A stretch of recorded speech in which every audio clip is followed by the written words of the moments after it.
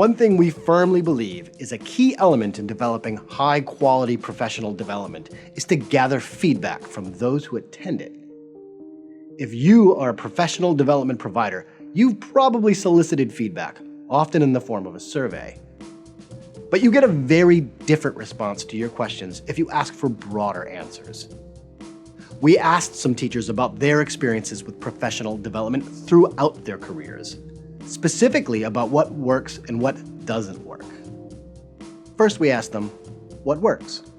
I think it's okay to leave a good professional development and feel like there's so much more that you don't know that you're still interested in knowing. Because they do engage the participants in a variety of ways. There's opportunities to interact with colleagues, there's opportunities to engage in model lessons, and then time to reflect and how you might actually apply that in your own classroom and within your own content area. Then we asked them, what doesn't work? I would say it's death by PowerPoint.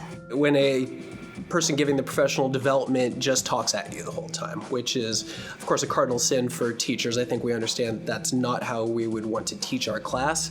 And so as soon as we start being treated that way in a professional development, I automatically kind of shut off. I'm not as receptive to hearing what they have to say. They don't acknowledge the expertise that's in the room. Lack of interaction, being just spoken to. As you can see, teachers really do have quite a lot to say about what kind of professional development is useful and what kinds are not. Of course, this will vary from person to person.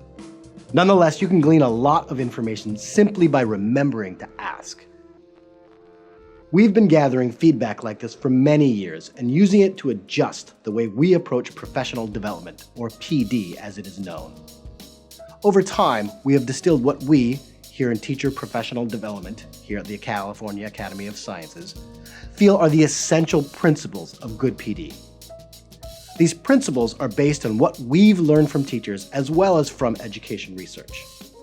We printed this onto a single document, which we also shared with teachers, and again, solicited their feedback.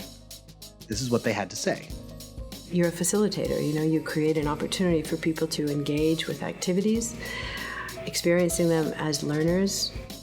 We're facilitators, not lecturers. That really resonates with me. I feel like really good professional development is kind of taught like as if we are really truly students and not just teachers ourselves.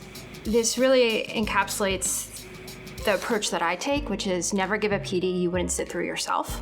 Particularly with professional development, I think it's important that there's a plan, there's a goal, there's an agenda, there's some kind of sense of purpose. That's extremely important to me. On the website, we'll share what we have found to work and the reasons why it works, based both in our anecdotal evidence and education research. Our list of PD principles is a good place to start and is available on the website for download.